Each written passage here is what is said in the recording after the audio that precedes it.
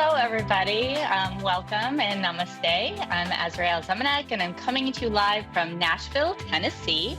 And I'm really excited to be here with you all today. First of all, it is going to be my last show for a little while because I had to take a break because of travel and life and everything. And then, secondly, because I have one of my dearest friends who is here to share with me about the energy and the qualities of like consciousness and spirituality. We're going to start, I think, with the idea of it in our like real world and real life and how we work with it as being householders, and then we're just going to sort of spin off. And so this is my dear friend Michaela Patel. She's in Kansas City, Kansas, and Michaela, can I share a little bit about you first before we open into the conversation? Okay, great. Yeah, so Michaela, I met Michaela through an Ayurvedic training that I was facilitating a long time ago back in Detroit, Michigan. And then we started to work through things, I guess, on a spiritual mentorship. And I think you said like maybe about 8 years ago that was, maybe a little bit longer. And through that time, especially I would even say from like 8 years ago, there was just a really, really, really deep connection. And Michaela is someone who is on, I mean, like all of us, on the path to deeper awareness, deeper consciousness, deeper connection with source, and getting out of the BS of the story, right? And the day to day sort of like mundane life. Not that that's not important, but like, what is it that we think we are? It's like, what's beyond that? And where can we come into a greater truth? Not about who we are as in our purpose, but like are we as a soul and as a being here on earth? And so she is just been a fabulous inspiration to me in my life and as a friend. And we have these amazing conversations all the time. And so I really wanted to bring her on and just have a little bit of fun today.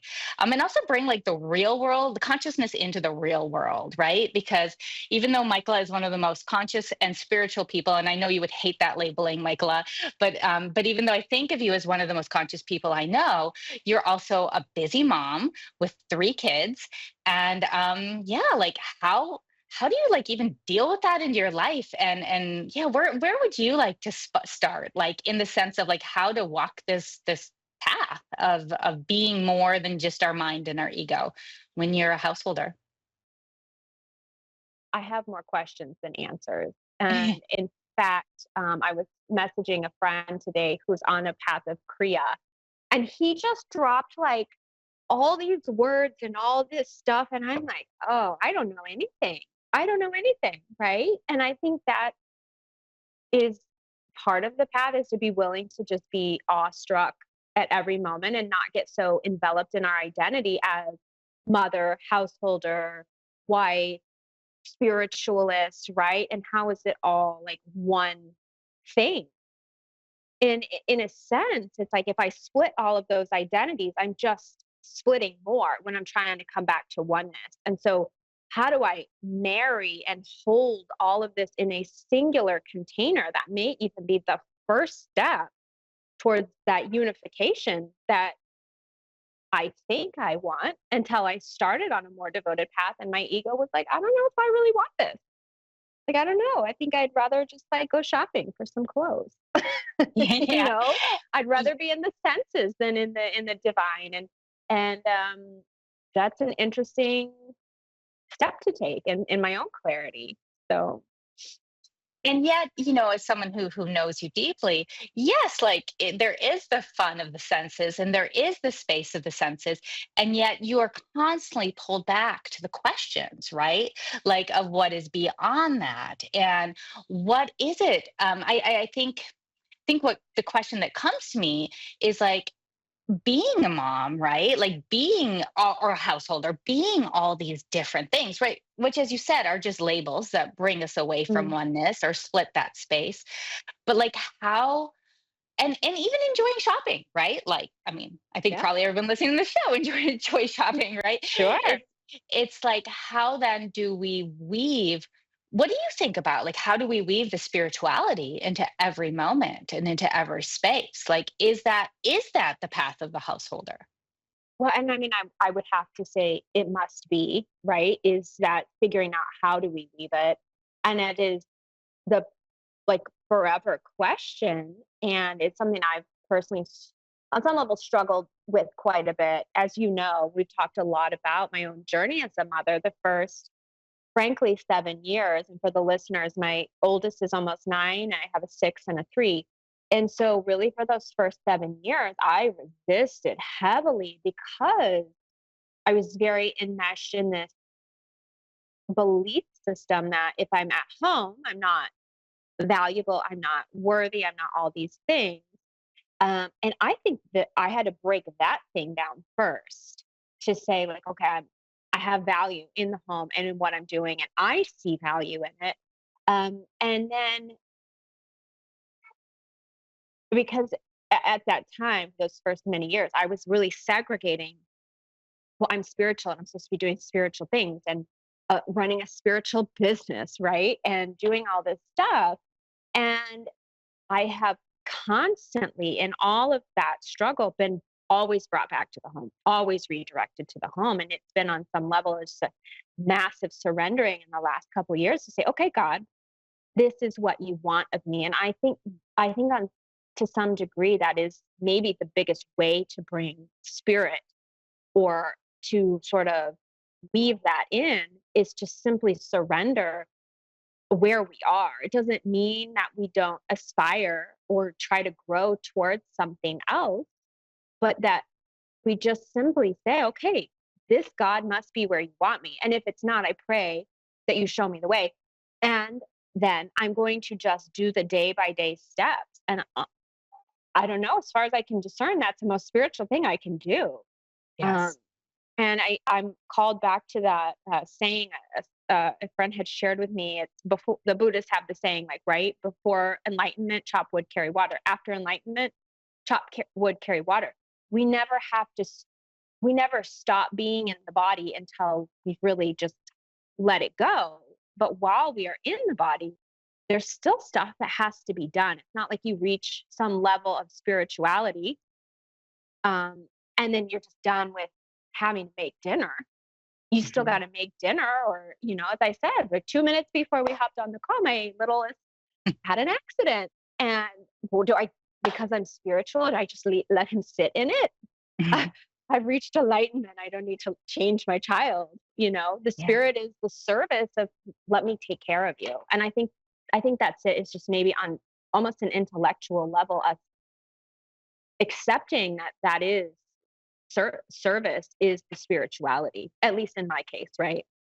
Well, and that it's enough, right? Because this Yeah. idea, I think one of the things that we've been talking about, and I don't know if my listeners know, because I might have shared, but like I'm a new mom, right? In the sense of like, Mhm. I mean, I've been a new mom for the last 2.5 years. I'm a stepmom, so, but it's changed everything, and it's not just being the mom. My whole entire life has changed, Yeah. and so from coming to a place where there is a lot of devoted time for practice to where it's like there's just life moving fast, fast, fast, fast, fast.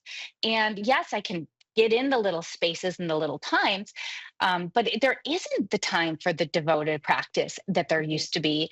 And there's also that piece of surrender, right? That continued surrender. And so, one of the challenges that I've been working with, and I'd be curious about your perception on this, is what, let me just pause for a moment. Is it the mind? Is it the ego? What is it that keeps us so locked in to different paths or different ideas that this is better instead of what is actually happening in this moment, Mm. being this is all there is, really, right? Yeah. So being enough. Well, I mean, I always like to just blame society at large. you, you've probably heard me say a million times, well, society tells us to believe this or that.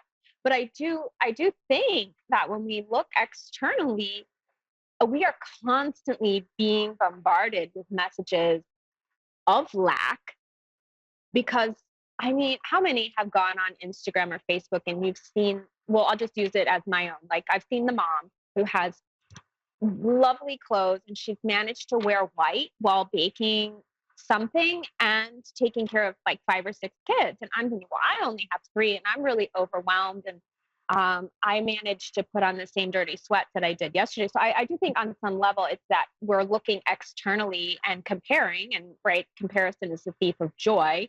But that it is mental. And each of us has taken on different messages, right? Like there's messages I took on very strongly from childhood that you maybe didn't, but you took on messages I didn't. And I think that plays in too. But I mean, there's the external, but then there's also just simply the mind. And also, I don't know, as a Westerner, grown up in a Western culture, and I think it'd be really interesting for you to talk about this in a minute because you've now moved to the Bible Belt, to the very like center of it. And I now live back in the Bible Belt. I lived in Chicago for 10 years. And Christianity has some beautiful elements. And yet, because it's tied to this Western society, there's still, I mean, we have, as an example, we have a mega church just a few blocks from us. And this thing looks, I mean, it probably costs $1 billion. I don't know. That's, I'm sure, an exaggeration. It looks like a spaceship. The thing is incredible. It's beautiful. But think about that in the sense like this pastor has reached the pinnacle of his career. And so we look out and we see that like this pushing, doing, growing, being bigger, being better. And that is embedded in the American culture. When we look at the Vedic scriptures and the Vedic lineage, it's not so much about that. And so I wouldn't say that Christianity preaches it, but that somehow intertwined within that culture. And we have some of that, or we aren't as able to access wisdom that tells us to go beyond it. And Yes. I wonder about you because you've been on the West Coast, in BC, a very radically different place. And then you come here, and what was your experience of yourself or your outward expression or, of life and spirituality and doing versus what messages you maybe received there in Nashville? Yeah, that's interesting. It is interesting, and even taking it beyond just the energy of the Bible Belt, it's like the energy of the culture of America versus Canadians. Now, Mm-hmm. America versus Western Canadians or non-city Western Canadians, right? Like because there is and I love all you Canadians, I love all you Americans. I'm not love all you Christians, everyone, right? It is this idea, right, of that type A and that doing.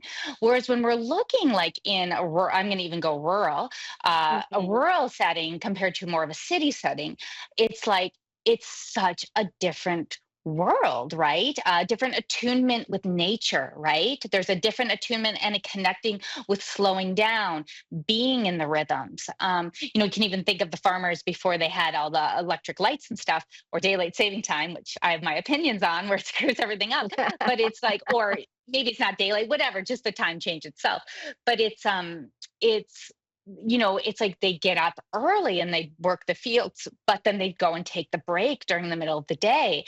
And it's interesting, right? Because it is yeah, it's different. And now I've been thrown into the South. I've been thrown into America. I've been thrown into a big city from a very small area. I've been thrown into a city that's growing very quickly too, right? So it's like not just a big city; it's a blossoming, exploding city. And yeah, and I've been thrown into motherhood. So it's like, yeah, like it's like everything has changed, and that pressure and that intensity that is more than just my own self pressure or my own condition pressure is huge. And again, I'll relate it maybe even more to just Nashville in general. Like everyone here, not everyone by far, but so many people moving here want to make it big. They're musicians, they're wanting to get in the scene. Like, so it's all about being bigger and bigger and bigger and Yeah. better. And we do have the churches here too, like some of the bigger churches here too. And even there, it's like more people, let's touch more people. And again, where they're on a deeper level, they might be just wanting to spread their message. There's also this energy of like the richness, the prosperity, right, and all that.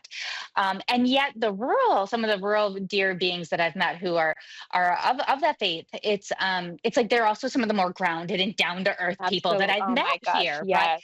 yeah, so it's Mhm. just again really interesting to notice those shifts. And so again, I take it even to like city culture, the American culture for sure. And I'm going to speak to it on the level of being a woman. And all you men Mhm. listening, I know you have your own pressures and your own things, and so I'm not trying to like alienate you from this, but like as a woman, and part of me is like, oh, I can't believe I'm talking about this, but this idea that we're supposed to take that same energy of being a man and doing all those same things. And Mhm.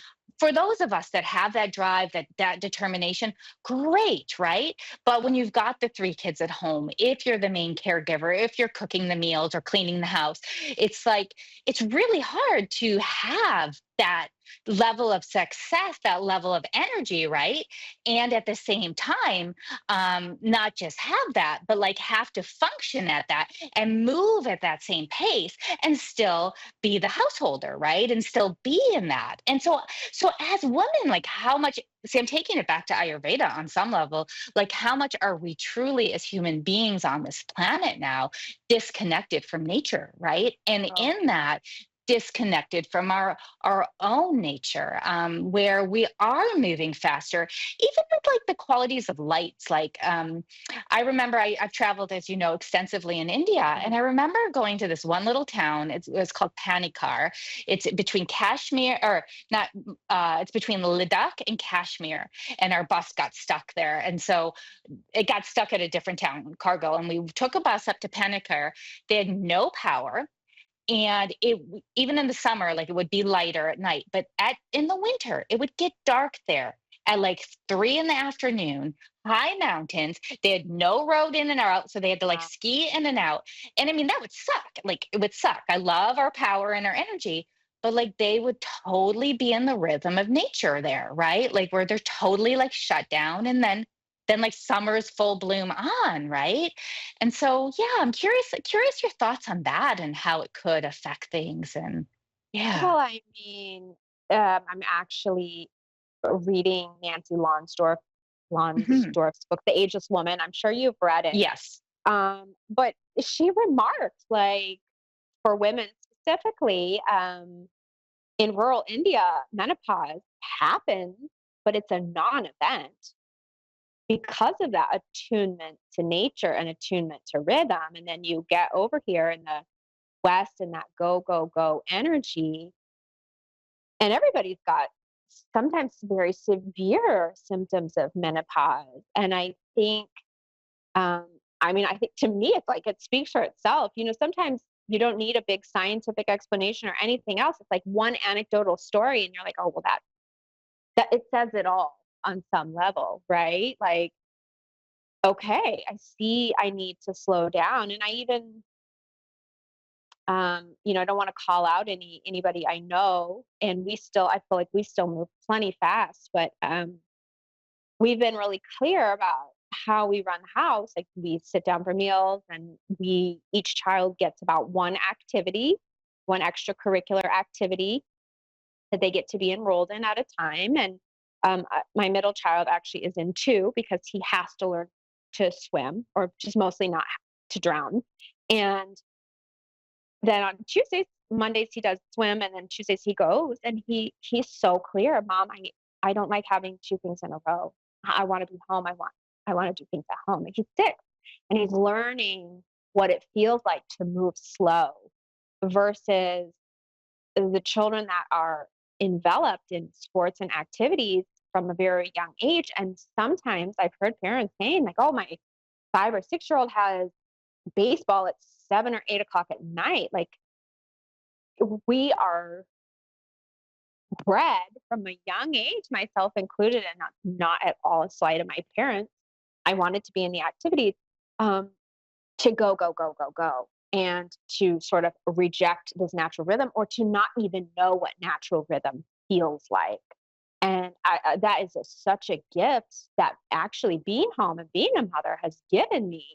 Anytime there's more than a couple appointments in a week on my calendar, I'm, oh, that's a lot. It's a busy week. And I'm a capable person, but it forces me to get out of what feels like a natural, steady rhythm and be completely uprooted and grounded. And I mean, I think you have felt a lot of that yourself just in these shifts that you've gone through. Yeah, it's interesting. So a couple of different points come up for me around that. And the first thing is I love that like again, just I love how you're bringing this into like the regular world, right? And like this conversation how it's like, oh yeah, like so spirituality and like being in the moment and then nature and the disconnection and then back to that space of the way our systems are so dysregulated over Mm. time and by no fault of our parents. I mean, Yeah. it's just the way our society has been, right? It's where we're running on so many levels. And so I get really curious then too. It's like because it is in the pauses, it is in the space, right? The space Mhm. between the breath, the space when we can just stop, and even just notice like what is happening in this moment that we can really fully tap in to Mhm. that space of true spirituality, right? Or what is true spiritual? I won't even say spirituality, right? Like that's a word that we've constructed, but of Mhm. truth or of presence, right? Of what is truly here. And so just that reflection feels really powerful in that reminder, I think. And it's something I've talked about a lot on the show, especially in the last 6 weeks, is where can we slow down and where can we shift that rhythm? I hear you. Like my stepson has baseball at 5:30 at Yeah. on Thursday nights, and it's like that's dinner time. That's His bedtime's it's time for seven dinner. Yeah. thirty. It's like it makes no sense to me. And yeah, it's interesting to notice that. And what I want to say for me, from my experience with this move. Yes. So on one level, life is just constant. Like again, something else I've talked about on the show. It's like, where's my space? Where do I get the breaths? And one of my main practices these days is where can I tune in to the pauses in each and every moment? And where can I stop expecting life to stop or slow down for me? Because it's not going to right now. Right. And so, how Right. do I find that space? And then on another level, um, I feel in some ways more in my body than I've ever been in. Now, I don't like that all the time because I Sure. like going out there and Well, like that's being, fun, right? yeah, But but that's not what we're here for, right? Because then I'm not really here. I'm dissociating on some level, right? yeah. And so it's really interesting, right? Too, because this idea of spirituality, and I've even had like clients or colleagues say, "Oh, I'm maybe jealous isn't the right word, but you've got these gifts, and I just wish I had them, and I don't get it the way you do." And I'm like, "Yeah, but like if these gifts aren't in the body, like what use are they really Yeah. on any level, right? And it doesn't make me more present. In fact, it probably makes me less present, just Mm. more able to access things. Oh, and Michaela, we've got 60 seconds left. So That I that know. went really fast. Yeah, I want to thank you so much for coming on here. I really enjoyed Oh, this. thank And you. yeah, and it was beautiful. And we were thinking there might be some interruptions by sweet little Ari, and there wasn't. And it just sending him so much love. And I just want to say thank you to all the listeners and the viewers. You can always find me on Asrael.love. And yeah, just thank you so much for being part of this conversation today and part of my life, Michaela. And yeah, just sending everybody just so much love and thank you so much for sharing with us all today. Namaste.